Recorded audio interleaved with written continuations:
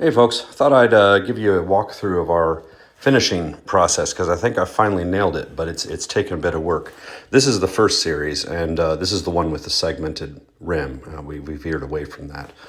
But this one was finished in teak oil, and I've used teak oil quite a bit, and I like it. I like the UV protection.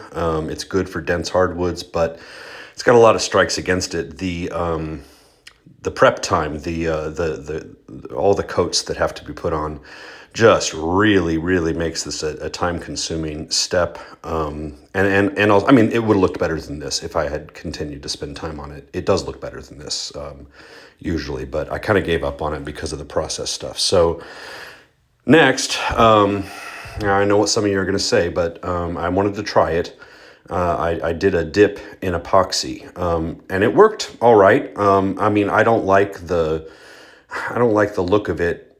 It's kind of like plastic, and it's got sort of bubbly buildup there. So I don't like the look, right? I mean, I'm not gonna do this, but I did love the process. It was a dip, and then quite a bit of work trying to get the excess epoxy off, and we didn't do a good enough job. But after that, it was ready to ship the next day, really fast. So my final attempt here, we dipped in epoxy, but this time I rigged up a way to spin it at really high RPM and really just get all of the excess epoxy off there. And now when that was done, it still did have this super glossy sheen, which I removed by sanding. I did 400, 600, 1200, 2000 grit. And it really, it really looks good. This is what I wanted. There you go. See that?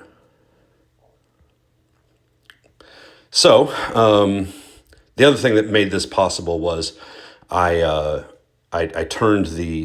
left the mount on. I left the lathe mount on, and that means that I turned it off the mount after I finished it. So I now have to put some finish on that top there. But otherwise, these are ready to ship. They're going to a professional photographer this week to do some layouts for us. Here's one of the ceiling mounts for a 3-piece cluster, and moving right along. So thanks for sticking with me here.